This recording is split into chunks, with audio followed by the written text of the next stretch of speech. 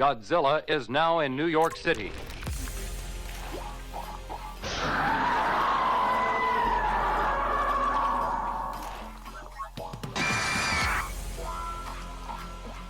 Monster 01 and 02, commence the attack.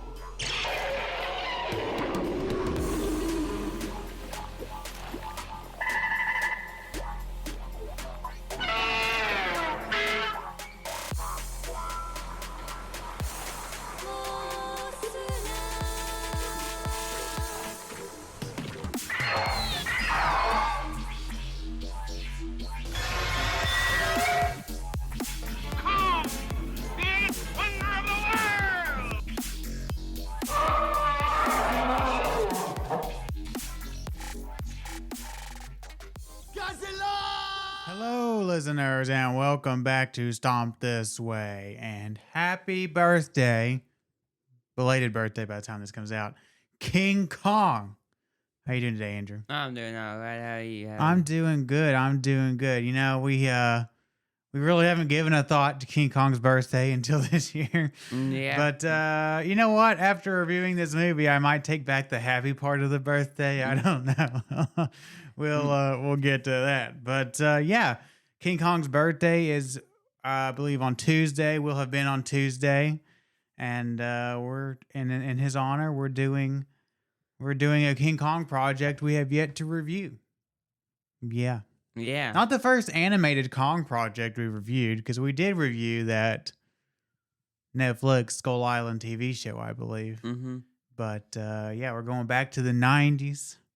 And the name of that movie was The Mighty Kong. The Mighty Kong. That's right.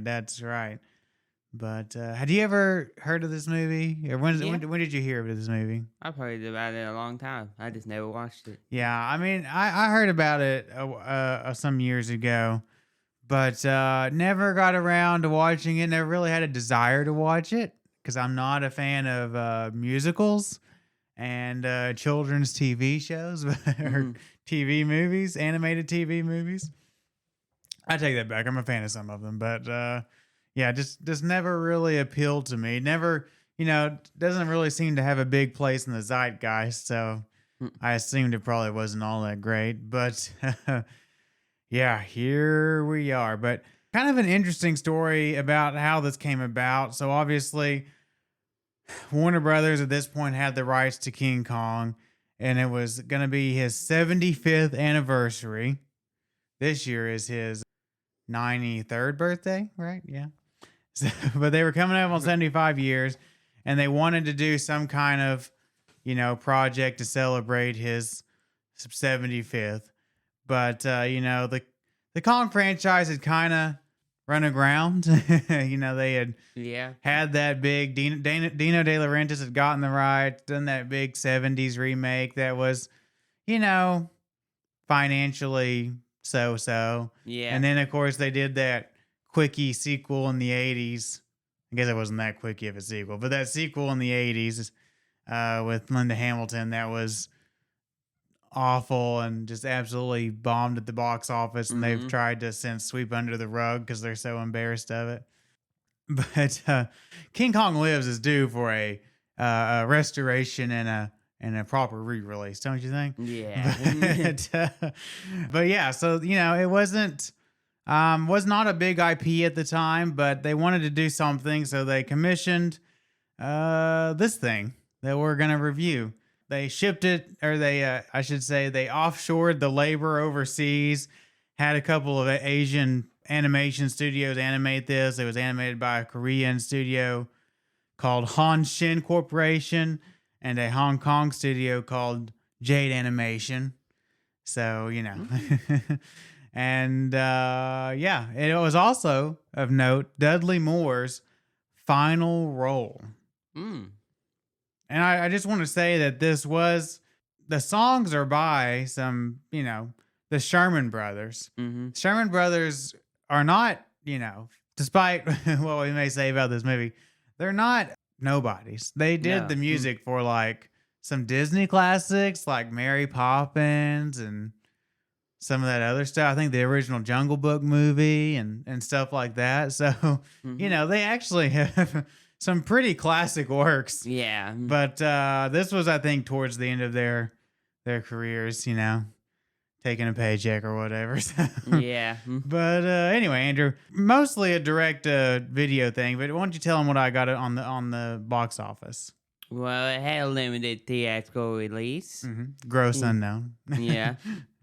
And, you know, released on VHS June 16th, 1998. 1998. That's right. That's right. Well, you want to listen to a trailer? Sure. And then we'll come back. We'll talk about the cast and crew. We'll talk about the plot summary, which if you've seen the King Kong movie, you know the plot. But Yeah. and then we'll talk all about the Mighty Kong. See you in a bit.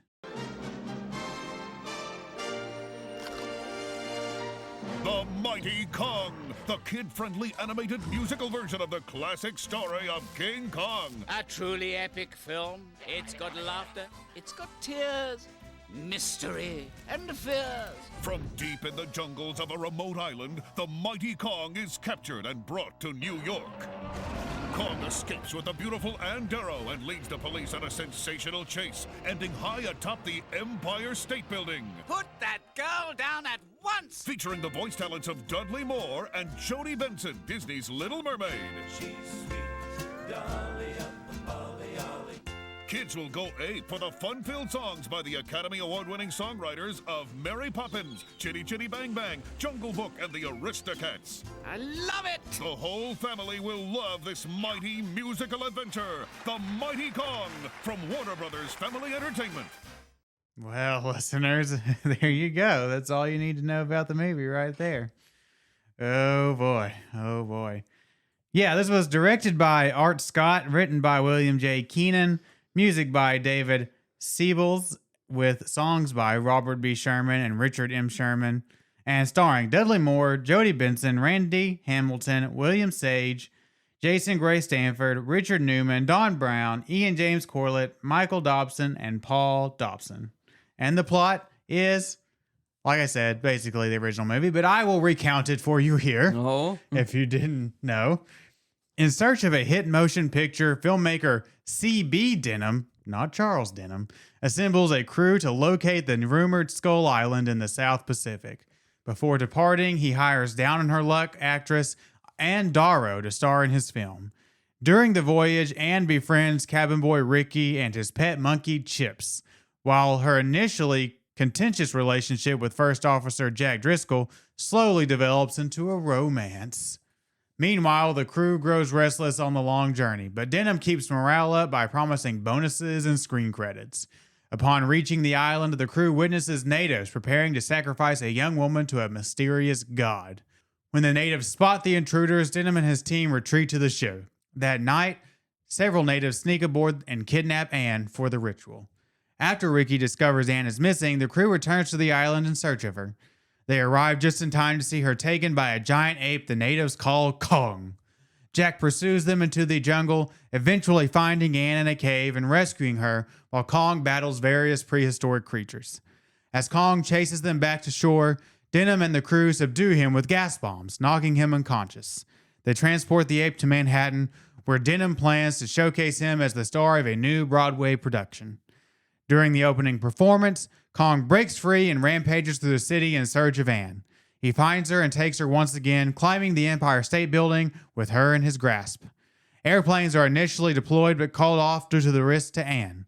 Instead, blimps approach and ensnare Kong in a massive net. Though they manage to restrain him, Kong loses his footing and falls to the streets below. As the crowd gathers, Denham solemnly remarks that it was Beauty who killed the beast. But in a final twist, Kong opens his eyes, still alive, as the credits roll. More or less? More or less? More or less. A couple differences. We'll get into it. But yeah, so this movie is allegedly an animated musical, right? And you know, it's gonna be a kids movie, so they're gonna shave off some of the sharper edges of Kong, right? And it's also, I think, of note, it's about 73 minutes, right? Yeah. I believe the original movie was like a little over 100 minutes, right? So it's about half an hour shorter. So my real I guess the one thing I was curious about going into the movie is like, because I'd read that it was just kind of a remake, a retelling of the original story. Yeah. I'm like, where are they going to shave the time off? Well, where they decide to shave it off really astounds me, because we'll get into it. You know, it starts just like Kong. We have, not Charles Denham. They'll never say Charles. His name is C.B. Denham. I don't know if that's supposed to be some kind of CBD joke. Seems like a little early for a CBD joke. But for whatever reason, they've abbreviated it to CB Denham.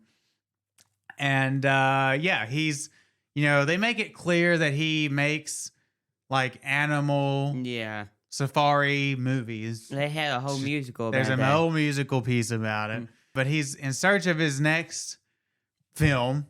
And so he's going to go to the unknown reaches to go get this movie. Yeah. And we get kind of the classic scene of Anne. His main actress backs out on him, so he needs a new actress, and he just kind of stumbles upon Anne trying to shoplift an apple. Yep. And I think there's a musical piece or something involved, but yeah, he'll get Anne. I do think Anne is a little more headstrong and self-confident in this version than she is in the, at least at the beginning of the original movie. But yeah, there's a whole thing where he takes her to dinner, and there's a musical sequence involved about, going, hiring her and taking her or whatever, going to Hollywood, and then she goes to the ship, and of course, she gets in the way and immediately causes a complete disaster, which sets Jack Driscoll off. But again, basically what you've seen, they don't really, they abbreviate. Each act of the movie is abbreviated a little bit because, it's only 73 minutes, but they really keep most of the stuff from the New York, from the beginning sequence intact. Yeah. There's a couple of, they changed some of the characters around, right? We've added and removed some. So like they've added this character of Ricky, who is a cabin boy, and his pet monkey, Chips. The original movie didn't have a cabin boy. Now, Peter Jackson added a cabin boy. Maybe he was inspired by this movie in his version, right? Yeah. But I don't remember if there was a monkey or not. But Ricky and this boy, Chips, who's really going to be the main friend of Anne on this voyage, because everybody else is just kind of like hands off. And then there's a character of Roscoe. I think that was his name. That's like Denham's assistant. Now, I think I had you Google it. He was a character, I believe a pretty minor character. He's like a photographer. Yeah, he was like the DP or, Denham's assistant in that original movie, but I forgot. Like, he's very minor, very forgettable. I didn't remember him. But his character is a much bigger role, unfortunately, in this movie. And he is, I don't know if anyone's serious in this movie, but he is the quote unquote comedic relief. And oh my God, they play the Roscoe is a klutz joke over and over, just absolutely to death. And I am so sick of him by the end of this movie. I don't think he even ever films anything. I don't know how they ever film anything, because every time he steps on screen, he's like dropping the camera. The spools of film are going everywhere. Yeah. He accidentally saves them, I think, in the middle of the movie. We'll get to that in an improbable sequence. But anyway, so we have the whole New York thing, and then we get on the ship. And I'm thinking, like, okay, if you want to cut down a portion of that original movie to make like an abbreviated version of it, right? You want to take it off of the journey to the island sequence, because I think in the original movie, if there is a section of that movie that kind of drags and you're just kind of like, let's get on with it, I think it is that journey to the island. Because, memory of that movie, that is kind of feels like the longest sequence. And, the one where, they are building characters and you're just doing all that. But it just kind of seemed like that's the longest sequence. But no, they more or less keep that sequence intact. Now they do. Like I said, they cut some characters. Primarily the one that I think they cut that I remember from the movie is the Chinese cook, who probably a little culturally insensitive, even in the late 90s, why they cut him. Although he was one of my favorite characters in that original movie. But instead, they fill his role with, like I said, the Roscoe character with, Anne and Ricky and Chips. But this sequence, much like that original movie, goes on for a long time. But they cut a lot of the romance. Like, a big part of that original movie was... you had Jack Driscoll and Anne, and they were at odds because Jack didn't think a woman should be on the ship, right? And they've kept that part of it. And in fact, if anything, I think they've played that part of it up. Like Jack is always ranting about this woman on the ship. But they cut out like the slow development. Like I said, they slowly develop a romance in my plot summary.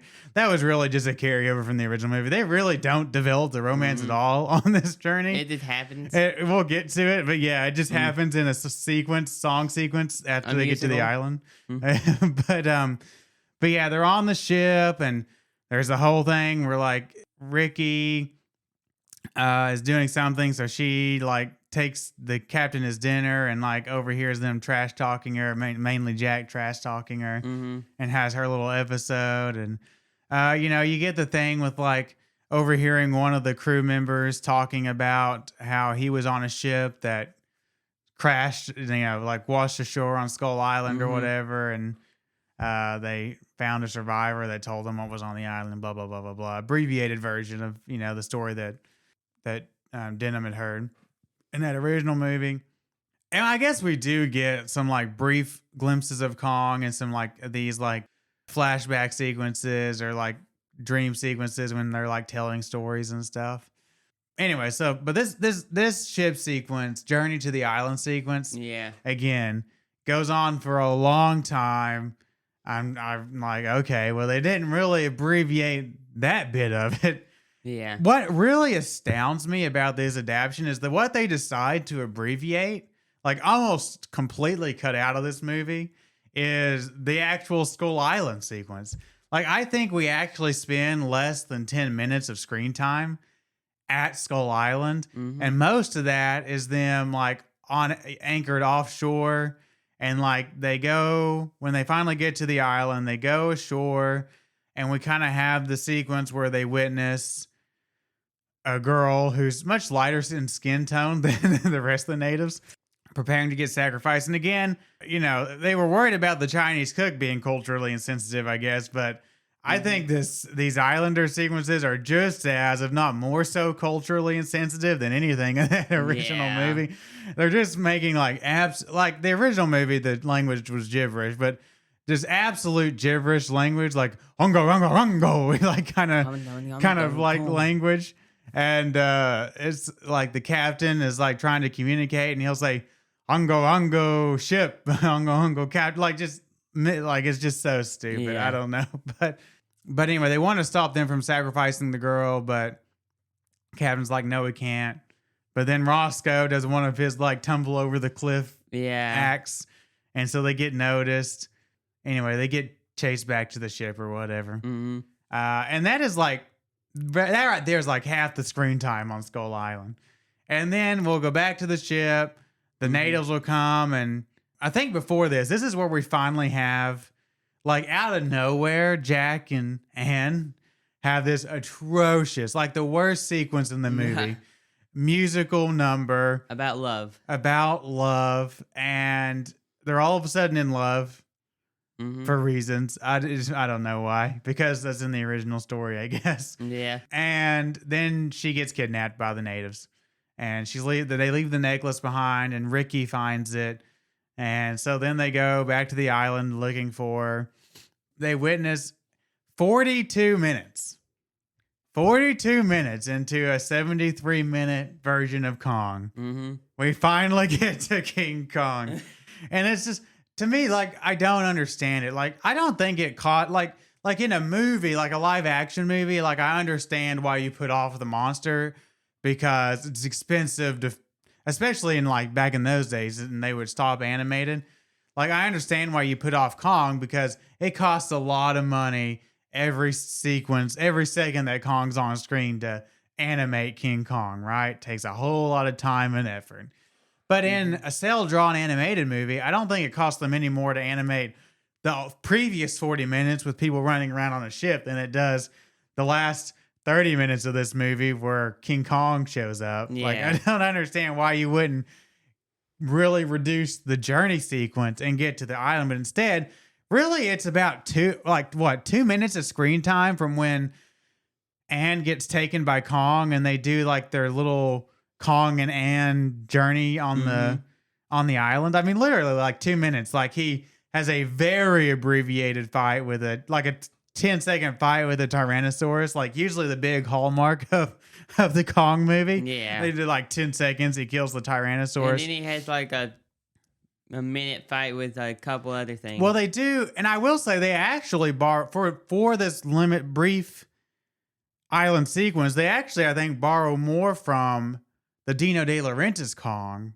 than they do the original. Because you remember in that original, Anne never really developed feelings for Kong or like developed like she was terrified of Kong. Like people remember that because of all the remakes that have come after, where her and Kong like become buddy. But that was not in the original movie. She was terrified. Like he liked her, but she was terrified of him the whole time. Yeah. So they actually borrow more from the Dino De Laurentiis with her and him. Like they actually just straight up rip off the whole waterfall sequence from that De Laurentiis movie. And then actually, instead of he does fight a Tyrannosaurus, but the bigger fight is still only like 30 seconds of screen time. It's just like that Dino film where he fought the snake. They're going to again have a giant snake. He takes her back to the cave and he actually fights like the pterodactyls, like from that original movie, and the snake at the same time. And while he's doing this, Jack finds her and gets her out of the cave, right? And they go running and Kong gets rid of the snake and chases after him. And then there's some antics with, I don't even know what they're really doing, because they sent Jack off by himself to chase after Kong. Yeah. And Denham and Roscoe are like running through the jungle for some reason. And there's this, again, Roscoe, I'm just so sick of him by this point in the movie. He like falls and trips and like they go off a cliff, but the celluloid like got wrapped around their ankles. And like, I know it's a cartoon and like physics have never mattered in Warner, like Warner Brothers did Looney Tunes, like physics out the window. But I don't know. It just was so silly. Like the celluloid, which is like some of the most delicate stuff on the planet, like actually breaks their fall, like catches them and they dangle by the film strips. But whatever. Yeah. And then, Denham brought over along gas bombs. And when Kong comes running out, and they're on the beach, they throw some gas bombs in his face and knock him out. And I love that the captain is like, I don't want to do anything with him and I can't do anything with him. And Denham's like, but I've got an idea. And they like, and I know that original movie didn't have the journey back. Like they added the journey back into that Dino film. Yeah. But like they totally don't even bother to explain how they get this animal calling back. I have an idea. And they cut back and we're back in New York. Yeah. And again, now the New York sequence, again, is more or less intact because they abbreviated that island sequence so aggressively. And, we have them, he's putting on the Broadway show. And we have the whole musical. A musical. We actually went a while, the whole island sequence. I think there was a bit of a musical thing when they showed up and the Islanders were doing their little dance or whatever. But really, we've gone 10 or 15 minutes. Probably about 15 minutes by the time we get, or 15 or 20 by the time we get to our next musical number. But yeah, we get to Broadway and they do a little song and dance about Kong and Anne's there. And like, I think in the original movie, Anne wasn't even at the Broadway show, right? He had to recast a different girl because she refused to show up. Or was that just in the Peter Jackson version? I can't remember. I'm getting them confused now. But I think it was in the original version too. But anyway, he unveils it to the audience and the photographers take pictures or whatever. And so, of course, Kong breaks free and goes on a rampage and Anne and Denham run off. And they actually left earlier. And Kong does his whole thing. But again, this is okay. So the other thing is like it's a G-rated kid show, right? So they can't show any violence, like any real violence. So if you ever we'll see later, like all the plane pilots parachute, just you clearly see them parachuting to safety. Like anybody, like in this sequence, like any body he like picks up, he like gently puts them back down. They did there's no hint of death except for this one really weird sequence where he picks up a car like he does in the old movie. And because he thinks the passenger or whatever is Anne. And then he sets them down on the train tracks. And then as the train's coming at them out of the tunnel, it like fades into this weird sparkle effect. And I'm like, is that their way of showing death in this movie? Then after that happens, you can hear them say, "I'm never driving with you again." So maybe they don't die either. Yeah, I don't know. But anyway, so he's gonna go. He's gonna find Anne. Like it's a little bit of a chuckle where the doctor's like, "No more excitement for her today," and then Kong immediately busts his hand through the thing, grabs her, and takes her. And then he goes and climbs up the Empire State Building. But again, they don't want to show violence, so we can't have the biplanes riddle him with bullets. They have the biplanes swoop in and shoot off a few rounds, but I don't think any of them hit Kong. You don't see any bullet wounds or anything. And then because Anne, it does kind of make sense because Anne's in his grasp is too dangerous. So they call off the planes. And instead, our G-rated version of the death of Kong, quote unquote, is they're going to bring in a couple of blimps carrying a net. He destroys one of the blimps. Of course, everyone parachutes to safety. Nobody's harmed. Yeah. But the other blimp is able to like wrap him up in the net. But he like trips. And it's also funny because like Anne falls and like the shot of her falling, it looks like she fell a long way before she got that flagpole. And it's like she'd be dead. But then in the next shot we see of her, she actually didn't fall that far. She's still pretty close to the top. Yeah. But anyway, Kong loses his footing and falls and smacks on the pavement. But the big twist in this movie, I guess, is that they, Denham gets in his classic 'Twas beauty killed the beast, whatever line. But then Chips, the monkey, goes up to him and gets up to his eyeball, and Kong opens his eye, and he's still alive. And then it ends in the movie. But and then the credits roll, and we get a recap of all the songs and everything. Yeah. But yeah, I mean, it's bad. It's not the best. It's boring. It takes out most of the good parts. And like I said, my favorite sequence in any King Kong movie is the Skull Island sequence. And I was just totally dumbfounded that the sequence they decided to like basically excise from the movie was the Skull Island stuff. Like, in that original movie, it was, especially for a movie in the 30s. Now I realize like the majesty of it and the amazement factor of dinosaurs by the late 90s is obviously, pretty much gone because Spielberg has made a couple of Jurassic Park movies by this point and made them really well. Well, made one of them really well. We can debate the lot. We did talk about The Lost World, but so the novelty of dinosaurs is gone. But that original movie, like of them going to the island, confronting the Stegosaurus, getting attacked by the Brontosaurus, and then all the stuff with Kong and the log, and then Kong fighting the Allosaurus and the pterodactyl, and like all this stuff was, and then the rumored lost scene of them falling into the pit that Peter Jackson then recreated for his movie or whatever. Yeah. All that stuff is like always my favorite part of a King Kong movie. And that they took it all that and like made it 2 minutes of screen time of Kong running around, like fighting a Tyrannosaur for 10 seconds, fighting a snake and some pterodactyls for about 20 seconds, and then running through the forest for a couple minutes. Like, it just really baffled me. Like, that's the sequence you decide to cut out to make this movie 73 minutes. And then you add in the fact that I don't like musicals. And, the Sherman Brothers, again, like the trailer that we played for you said, made some classic stuff. Yeah. This is like their F game. These songs are terrible. They're so bad and so on the nose. And the musical sequences are so poorly choreographed. And it's bad. I don't know what to say.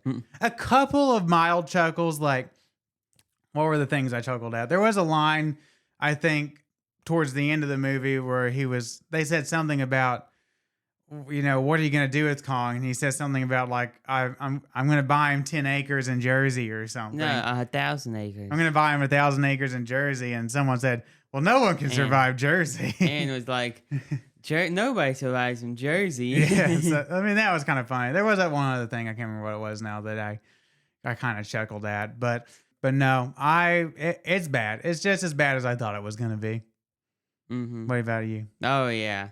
It was not good. I don't know if I hated it just as much as you do. You seem to just like despise even the thought of this movie. I don't. Its existence offends me, yes. Although we also watched King Kong Lives, so but at least King Kong Lives like was so bad it's good. This is just bad. But at least it wasn't a musical. at least it wasn't a musical. That's right. Yeah. But we've got more bad stuff. You want to get to it? Oh, sure. Creature designs, whatever. King Yeah. Kong. They- The they- poster is a little bit misleading. Yeah. Like it has Kong as like a shade of brown and like this really goofy face. But in the movie, he's actually just kind of like your classic black and gray Kong with kind of your, meaner ape face. Yeah. Sometimes it gets like softer features and, stupid, dull features. But, it's an ape and, whatever, cartoon style. The Tyrannosaurus, you're pretty typical, like, B level, like B version of like Land of the Lost animated T-Rex kind of thing, or the Land Before Time, I should say. There's a little snake, again, like a B version of like a snake from Jungle Book or something. Pterodactyl, same thing. Like, they're pretty just kind of stereotypical dinosaurs, like animated 90s style drawing of dinosaurs and snakes and stuff. Nothing too offensive there. What I am offended about, instead of effects, we'll talk about animation. Yeah. The animation's pretty crude. I mean, and it gets worse as the movie goes on. And like the beginning of the first half of the movie, it's about like what you would expect Yeah. from like a 90s Fox Kids TV morning cartoon, right? Yeah. Kind of like, we've watched some of those cartoons, like the Godzilla show, or like that era of like Simpsons, or Fox animated shows, that kind of style, that kind of quality. Maybe a little worse in some areas, but there are some truly terribly animated sequences like that. Why I called it the worst scene in the film, that love song sequence between Anne and Jack is like the most poorly animated sequence I've seen in a long time. Like a lot of it is still frame. Like I think they're trying to pass it off as like an artistic choice to show nighttime, but it really just looks like they didn't bother to pay someone to color it in. Like it's just all like this, like they got some blue canvas and just like kind of drew on it. Like the sequence is awful. And then as the movie goes on, there's some like still frames of Skull Island that they just didn't bother to animate. And it's just bad. It's not that good. It's like I said, I mean, I like if this was like broken up into 3 episodes of a Fox Kids TV show, morning cartoon, I guess you would be like fine. It's like the animation, at least in terms of the animation, be like it's whatever, pretty par for the course, I guess. But like as a feature, and I know this is a direct-to-video feature, but like as a feature film for the late 90s, this is bad. This is bad. And then the score, again, I've talked about the Sherman Brothers music is bad. It's just straight bad. Like the guys that did Mary Poppins and Jungle Book doing this it's pretty sad. That love song, are any of the songs any good? Did you like any of the songs? I mean, they're all right. They're any musical you see in a cheap kids movie. Yeah, cheap the key word. Now, there's a lot of great kids musical cartoons. Like I said, Sherman Brothers did earlier. Mary Poppins, Jungle Book, all that kind of stuff. You get some other classic Disney stuff like Beauty and the Beast and Snow White and all that. Like, there's some good musical numbers in kids entertainment. Now, those were mostly theatrical productions. This is obviously made cheap for TV. But no, these songs are just bad. They're not okay. Yeah. They're bad. Even Disney has a lot better. Well, yeah, Disney is the best. Like Frozen. Frozen's got some fine songs. But no, this is just bad. Like even Warner Brothers had better musical numbers in their classic Looney Tunes than this has. So yeah, it's awful. It's bad all the way around. Don't like any of it. But Andrew, it's time for some final thoughts. Why don't you go for it? This movie is what it is. It's a byproduct of them trying to capitalize on the birthday of Kong. Yeah. And it did not work out. No.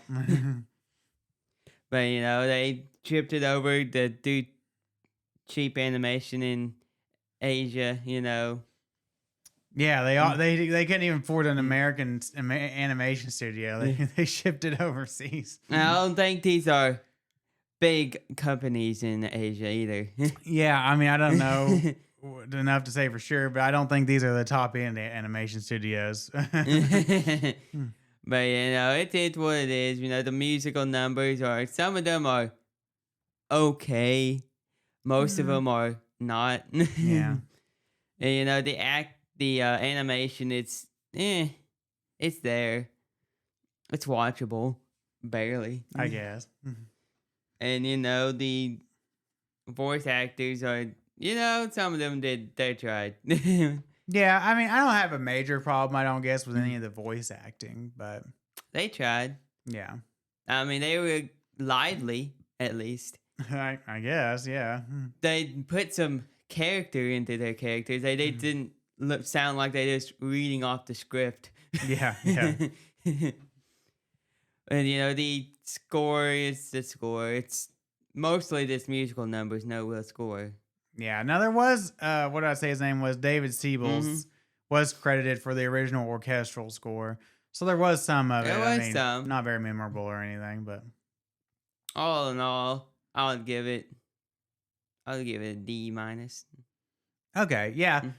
Like I said, I don't like it. It's bad. It's a cheap cash grab. I don't even know how much of a cash grab it was for the 75th anniversary of Kong. The musical numbers are terrible. The animation's crude. They cut out most of the good parts of the story.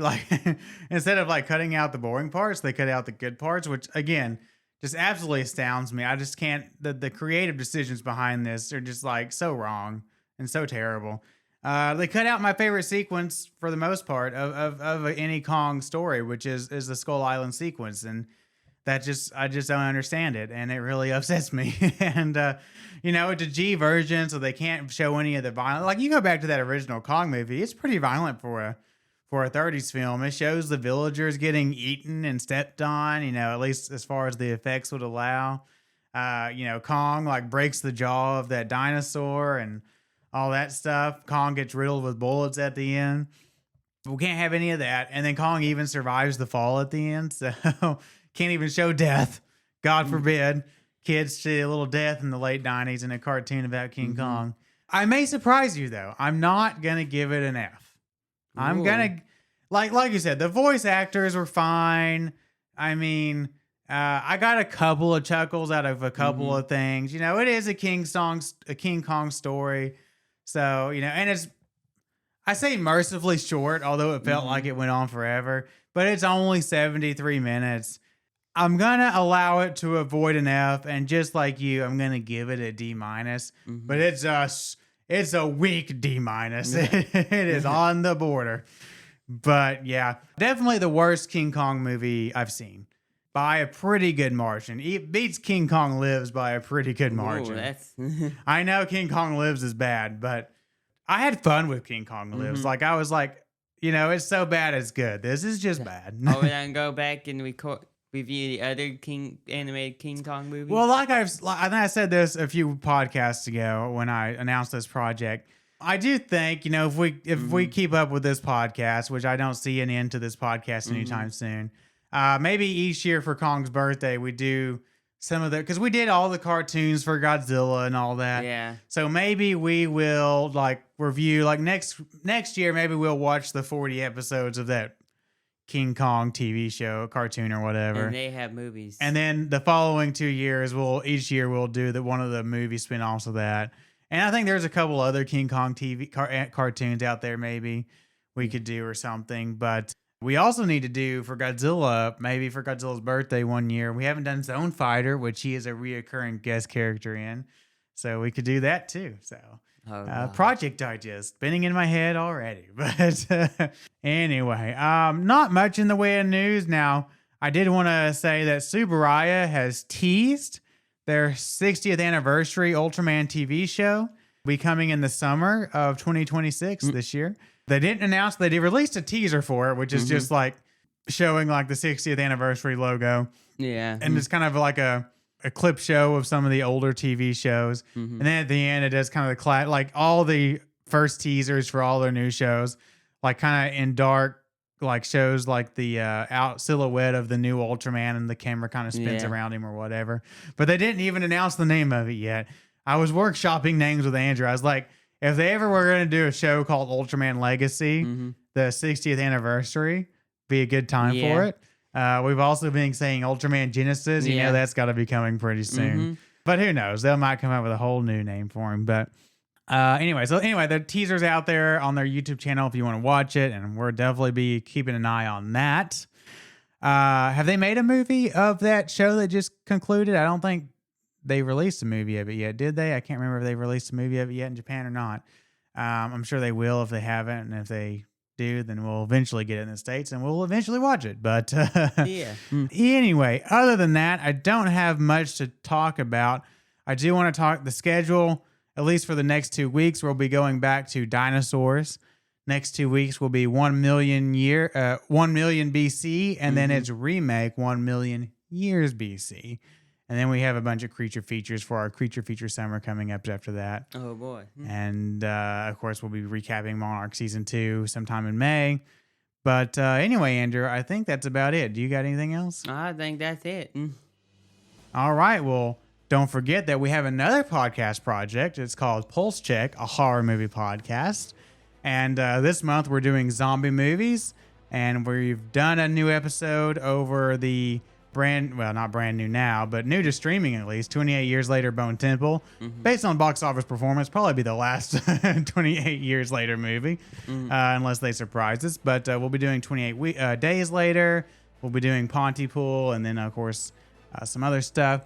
But as far as this podcast goes, you can always contact us at StompThisWay1954@gmail.com. And you can find our website at www.stompthisway.wordpress.com. That's right. And you can also find us on social media at Stomp This Way on Instagram, X, and Facebook. But anyway, next week, like I said, will be 1 million years. And as always, I'm Aaron. I'm Andrew. And we will see you next time.